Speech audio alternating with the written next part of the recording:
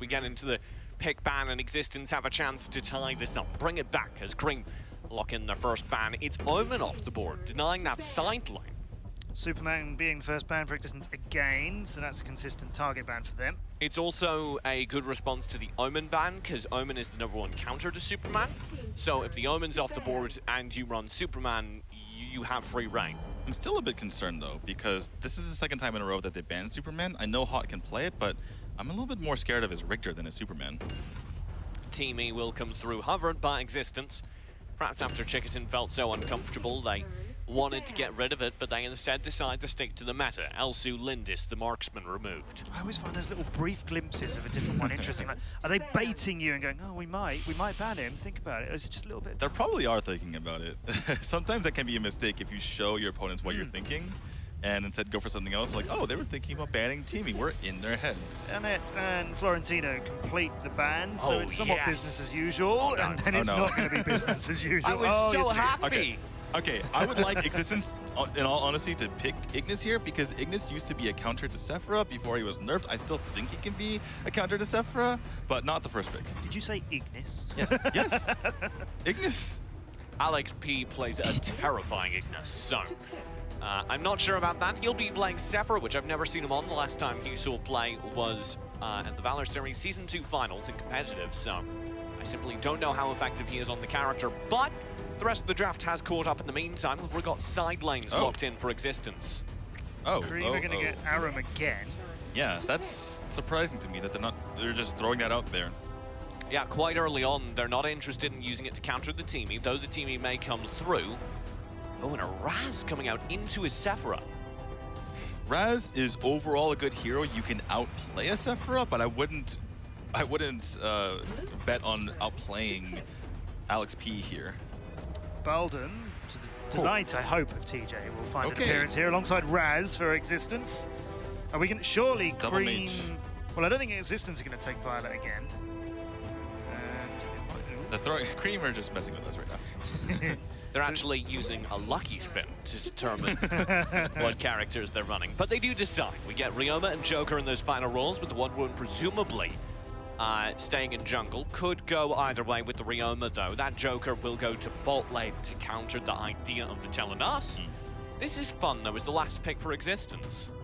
For Cream, are you thinking Wonder Woman in the jungle again? So the Ryoma is very good in jungle. It could honestly go either way. I think favor the Wonder Woman currently, which is astonishing for me to say coming into this season. Exactly. But her CC capacity is really good. Right, and again, her early game is very nice. Once she picks up those bracelets of submission, it allows her an amazing engage on that Abyssal Dragon, allows you to pick up that team fight, and again, it's a way to bridge to the farming up of your side lane and your mid lane. I want to talk, though, about Baldum, just for a change, because we've got Kriknak, Baldum, Telenas, Raz.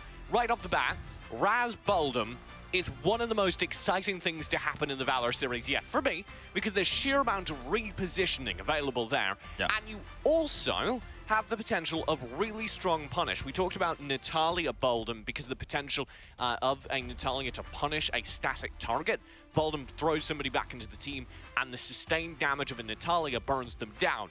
Telenas functions similarly with her sustained damage from Eagle Eye. If you're able to scoop somebody into the team, you can absolutely murder them, and they have 2 tools to do so. Right, and the combo that you're talking about with Baldum and Raz, Baldum scoops up, Raz pushes them even farther back. Yeah. That's not even like a Utopian World TJ combo. That is just a normal combo that can happen. There's an important distinction between TJ combos and real combos. I heard Utopian TJ combo, and All that's my combos something are else Utopian. again. What a dream that would be. I highlighted the lack of assassins in the first matchup. That's been a bit changed on both sides. Yeah, the Ryoma kind of functions in that role, and you've got a Kriknak as well.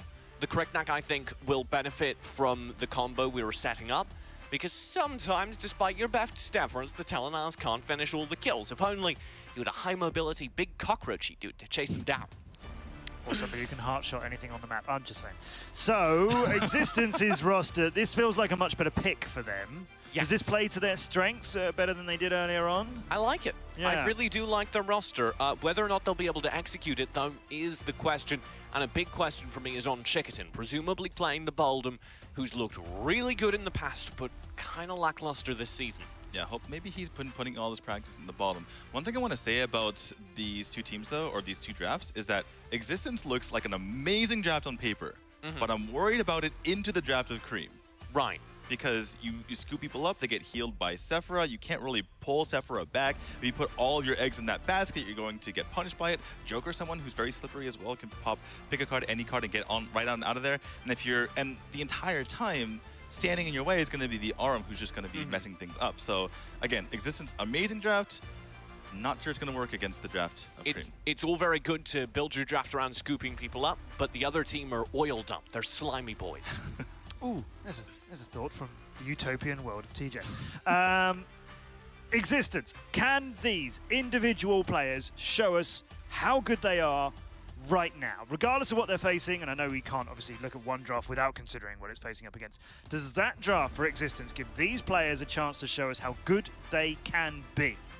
If they don't show it now, I'm very worried about them. Exactly. So is this going to give it? Is this it? Like, show us what you've got now. That's what matters in this game. It's got to count for x6tence now. Does that draft give us the best that they've got? They're going to need to show it against Cream. Uh-oh, the noob already chasing Jauki back after an ill-advised dive well underneath the tower. And they've clearly identified Alex P as a problem. Capital P.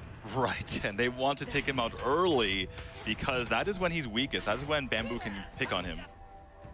Frost and the Noob will rotate round the side. Clemares and Bamboo want to punish this invade. They've already lost the buff, but they might be able to regain it. Frost very low, will be taken out by Bamboo. The Noob's chasing for damage. He's got Alex P as well for a water wall, but it won't be enough to finish the kill. And there's the scoop. Alex is forced to flicker, and Jauki's on the chase. He's got a jungle strike. He's got Alex low, but he can't quite get him. You already see the combo in action against Frost there with the scoop and the dump back by Bamboo. Beautifully done there, and they're showing their talent early.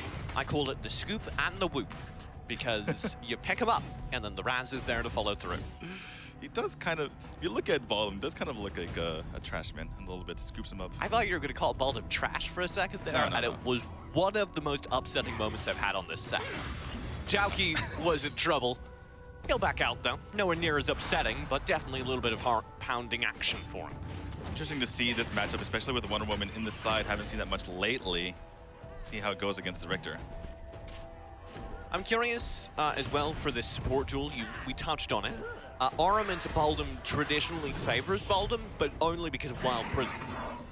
Right, because you can just put them in when they have the snare there. But they're both traditionally bad against ranged, but that Ring of the Fiend really helps both of them. So if the snare lands, x6tence can cancel it, provided it's not on him. Right. He can Wild Prison, and whoever is caught in the snare will be freed as the Arum is sucked below into the depths of the earth. Right, that requires very quick reflexes though. We'll see if he's able to pull that off. Oh, there's already a little bit of Scoop Wild Stomp combo.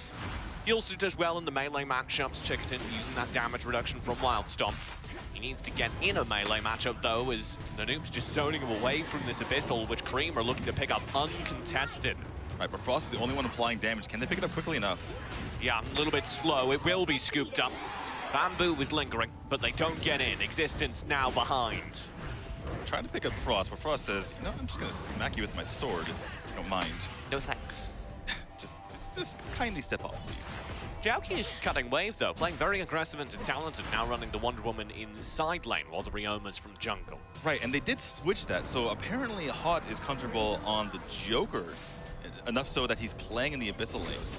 The Noob is comfortable behind towers somehow. I don't know why he's gotten there, but full health. We came down to the bot lane and he was just happily going through the tower. Jauki in the meantime spends his ult chasing Alex P, and it does not go well. You can't assassinate Sephora. They do have a scoop whoop combo though. x6tence is there in the mid, as Talented chases Jauki up. They have the Raz in the bush. Bamboo has been discovered though, and as soon as they realize the duo is there, Cream back off.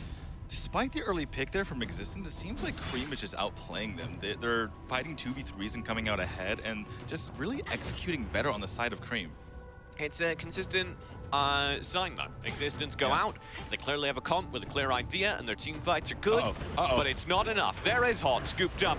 He does the mobility of the Joker though, pick a card, any card, letting him get free, the flicker to safety. Pick a card. Any card is really important as how you use it, because if you use it the wrong time, they can slow you afterwards and mess up your escape. If you don't mind, why don't we explain that for some newer viewers who maybe never touched Joker before? Right, it reduces, it removes the CC, but after you use it, you can get CC'd once more, even though you have that extra movement speed. So it's very tricky. You need to use it at the exact right time if you're expecting CC to come in. An easy rule of thumb. If you see those cards floating around to Joker, can't be stunned, it can't be slowed. Second it ends, you go through for the punch. Cream, again, still building this gold lead, and I don't know what to do if you are Existence other than just macro better. And what can they do to change that? Is this invades they're missing, or? Yeah, just don't miss waves. Make sure you're being the aggressor. Make sure you're pushing in on their towers and trying to push them back so they don't get as much gold from those minions. Here's the Abyssal Dragon up for grabs. That won't help the gold lead as Cream look to scoop it up again. Tides of life threatened. Chicken actually burned quite low as the water spirits cut through. They're homing. He'll barely survive. Snare does land, but the noob falls to Royd's sustained damage. Cream overextending Bamboo! there. Oh, The flicker, I think he could have gotten that, but he was scared for a sustained engage against Alex. right. A little bit of a mistake there from Alex P, because he used his Tidal Life so early that he was very vulnerable to the rest of the side of Existence, and he took advantage. And Hod's pushed back well behind tower. The rest of the team's here. Flamers is there. They're whipped cream, Daniel. Finally showing signs of life here from Existence, and now they can potentially put down this tower with Royds here. Whole team's here, and Bamboo will be there. Chicketon on the flank as well. They want Frost the jungle, but the pinwheel into Wailing Blade. Jauki, I think he'll barely get out. Chicketon with Wild Stomp slow probably saved his life. And Frost doesn't want to overextend again. And Joki just get away with that Hermes select. Actually, oh, the lasso! Oh no! He's got the retaliation, but there's no tower to retreat to. Frost just chases him through. That's why he was so desperately lingering in the jungle. Now, there's no tower to get to. He fails to get there in time to save it. And that means there's nowhere for him to retreat. The worst of every world. His poor macro directly cost his life because there was that was his tower. That was his tower that he's trying to get back to. He's like, wait a second, you killed it already. You talk about poor macro, it's about being there when the waves crash, managing to pick up maximum gold, not letting any of the minions die to tower, and missing waves not only costs you tower, not only costs you gold, but can kill you like that. Oh, that is a poor rotation right through the river there for Chicken. Not sure what he was thinking. Another tower scooped up from Cream. This is looking very good. Again, a similar pattern. Despite Existence's good team fights, they're losing in the overall game. Yeah, exactly. There's not there, but it needs to be a hot candle after good night. Flamers will come through. That's actually big damage, but the noob just snares him. They'll find the kill. Bamboo and Mid is caught in the tides of life, and these individual 1v2s keep repeating, and the result keeps repeating as well. Desperation from Existence, and Cream is happy to take advantage. Remember, the Quick Neck came out after the arm was picked, TJ. Why are you playing Jauki? He's a level ahead of you. You shouldn't win that fight. He does, though, getting talented very low. He does get him low, but that's a use of the Hunter's Mark, which he didn't really need to use there, and it just results in a stalemate, so I'm not really sure what he's gaining. A little bit of wave push. Hey, you were criticizing him for letting his tower die. Jauki wants to find some redemption, but he's got the noob through. His aggression may finally hurt him quite a bit as he tries to jungle strike to safety. The noob connects. The snare will land. He's got retaliation out of flicker. The uncaged can't quite land, and the Ring of the Fiends there for the speed boost, allowing Frost to catch up. I love Wailing Blade, TJ. It's just like slap. Just slap you right down into the ground, which Frost is able to do there. And now Existence have lost a lot of map control. As you see their jungle falling, that's not going to help their already desperate gold situation. This won't either. Royd's through very low. Alex P. No. Oh no! He was pushed forward, then just flickered in the same direction. Said, okay, if you want me this way, Exactly. I'll take that. Bamboo pushed it right into his teammate, and Roy says, what are you doing, buddy? Oh, feels bad. Royd's maybe getting a little bit of flame for that. Oh no, they're so desperate. Look at this, they're so desperate.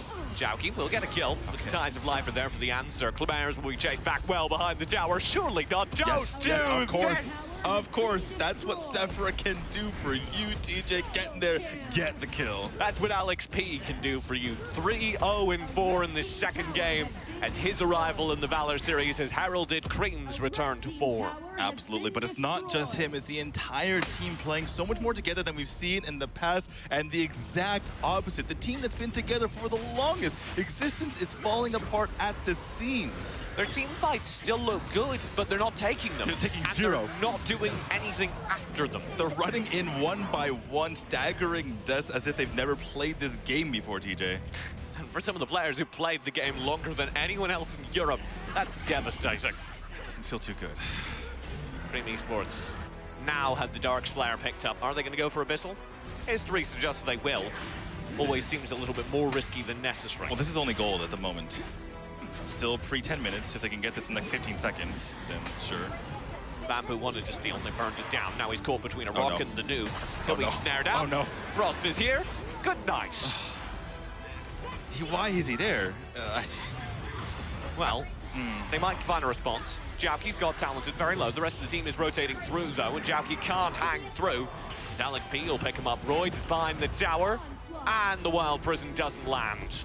It's almost like Cream doesn't need to have good macro here because Existence is just running into them to die. Alex P with the Tides of Life does have good micro though.